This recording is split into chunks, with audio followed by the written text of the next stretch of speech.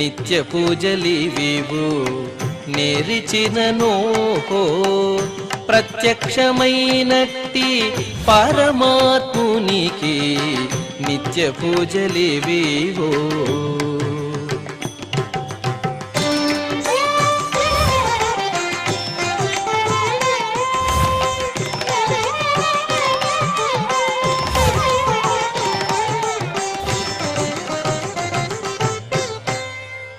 ఓం నమో వెంకటేశాయ.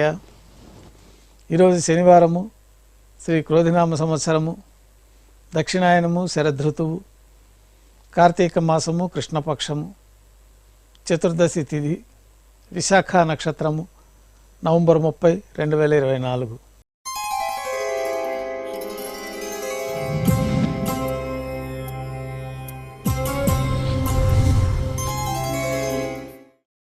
మాధ్యాహ్నిక ఆరాధనలో భాగంగా బంగారు పంచపాత్రల శుద్ధతో నింపుకొని ఉపచారాలు సమర్పించి తులసీ దళములతో అష్టోత్తర శతనామార్చన నిర్వహించి మాధ్యాహ్నిక నైవేద్యంలో భాగంగా అన్నప్రసాదాలు, పన్యారాలు, ఘంటానాథం మధ్య నైవేద్యంగా సమర్పించి భక్తులను సర్వదర్శనానికి అనుమతిస్తారు.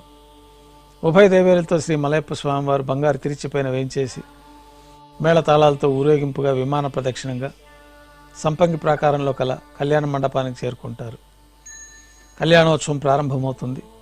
పుణ్యాహవాచనము, అంకురార్పణ, రక్షాబంధనము, అగ్ని ప్రతిష్ట, స్వామివారికి అమ్మవార్లకి కళ్యాణం సందర్భంగా నూతన పట్టు వస్త్రాల సమర్పణ, మహాసంకల్ప పఠనం, మాంగళ్యాలకి అభిషేకం, మాంగళ్యాల ఆరాధన, మాంగళ్యాలని స్వామివారి తరఫున అమ్మవార్లకి సమర్పణ, స్వామివారికి కర్పూర నీరాజనము, అమ్మవార్లకి కర్పూర నీరాజనము, విశేషమైన హోమాలతో పూర్ణాహుతి పూర్తయిన తర్వాత మాలా పరివర్తనం కార్యక్రమం పూర్తవుతుంది.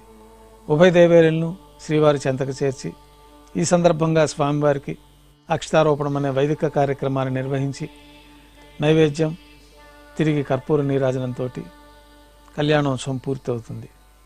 కళ్యాణోత్సవ భక్తుల దర్శనం అనంతరం ఉభయ దేవేరులతో శ్రీ మలయప్ప స్వామివారు మేళతాళాలతో ఊరేగింపుగా ధ్వజస్తంభం వద్ద కల అద్దాల మండపానికి చేరుకుంటారు. వేద పారాయణ నడుమ అద్దాల మండపంలో ఊంజల సేవ నిర్వహిస్తారు. కర్పూర నీరాజనంతో ఊంజల సేవ పూర్తి అవుతుంది. ఉభయ దేవేరులతో శ్రీ మలయప్ప స్వామివారు మేళతాళాలతో ఊరేగింపుగా ఆలయం వెలుపల కల వైభవోత్సవ మండపానికి చేరుకుంటారు. ఆర్జిత బ్రహ్మోత్సవంలో భాగంగా స్వర్ణగరుడ వాహనం పైన శ్రీ మలయప్ప స్వామివారు వేంచేస్తారు. కర్పూర నీరాజనంతో స్వర్ణగరుడ వాహన సేవ పూర్తి అవుతుంది. హనుమంత వాహనం పైన శ్రీ మలయప్ప స్వామివారు వేంచేస్తారు. కర్పూర నీరాజనంతో హనుమంత వాహన సేవ పూర్తవుతుంది. పెద్ద శేష వాహనం పైన శ్రీ మలయప్ప స్వామివారు వేంచేస్తారు. కర్పూర నీరాజనంతో పెద్ద శేష వాహన సేవ పూర్తవుతుంది.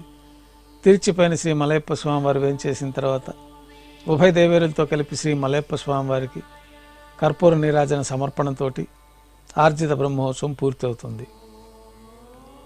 సాయం సంధ్య వేళలో 1000 దీపాలతో అలంకరించబడి ఉన్న సహస్ర దీపాలంకరణ సేవ మండపానికి ఉభయ దేవేరులతో శ్రీ మలయప్ప స్వామివారు చేరుకుంటారు. వేదం, గానం, నాదం నడుమ సహస్ర దీపాలంకరణ సేవ జరిపి నక్షత్ర నీరాజనము, కర్పూర నీరాజన సమర్పణతోటి సహస్ర దీపాలంకరణ సేవ పూర్తవుతుంది. ఉభయ దేవేరులతో శ్రీ మలయప్ప స్వామివారు 4 తిరువీధుల ఉత్సవం జరుపుకున్న భక్తులను అనుగ్రహించి ఆలయంలోకి చేరుకుంటారు. ఆలయంలో నైవేద్యం పూర్తయిన తర్వాత గర్భాలయంలో వేంచేస్తారు. వెంటనే రాత్రి తోమాల సేవ ప్రారంభమవుతుంది. ఉదయం సమర్పించిన పుష్పమాలికలన్నీ సళ్లింపు చేసుకొని గర్భాలయాన్ని శుద్ధి చేసుకొని బంగారు పంచపాత్రలో శుద్ధ జలాన్ని నింపుకొని శ్రీ వైకానస భగవత్ శాస్త్రోక్తమైన విధానంతో మూలమూర్తికి, ఉత్సవమూర్తులకి ఉపచారాలు సమర్పించి కొత్త పుష్పమాలికలతో మూలమూర్తికి, ఉత్సవమూర్తులకు అలంకరణ జరిపి చతుర్వేద మంత్రాలతో మంత్రపుష్పాన్ని నిర్వహించి నక్షత్ర నీరాజనము, కర్పూర నీరాజనంతో రాత్రి తోమాల సేవ పూర్తవుతుంది.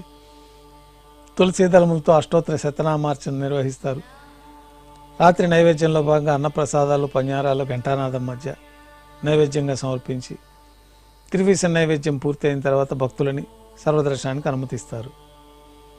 కొద్ది విరామం తర్వాత ఏకాంత సేవలో భాగంగా రాత్రి సమర్పించిన పుష్పమాలికలు సళ్లింపు చేసుకొని గర్భాలయాన్ని శుద్ధి చేసుకొని ఏకాంత సేవలో భాగంగా బంగారు పట్టు పాన్పు పైన కౌతుకభైరమైన శ్రీ భోగ శ్రీనివాసమూర్తి వారిని వెంచేపు చేసుకొని బ్రహ్మ తిరువారాధన కోసం బంగారు బిందెలోని తీర్థాన్ని పంచపాత్రలో సమర్పణ గావించి ఏకాంత సేవలో భాగంగా స్వామివారికి దారోష్ణమైన గోక్షీరము, జీడిపప్పు, ద్రాక్ష, కలకండ కలిపిన మిశ్రమాన్ని నైవేద్యంగా సమర్పించి కర్పూర నీరాజనంతో ఏకాంత సేవ పూర్తి అవుతుంది.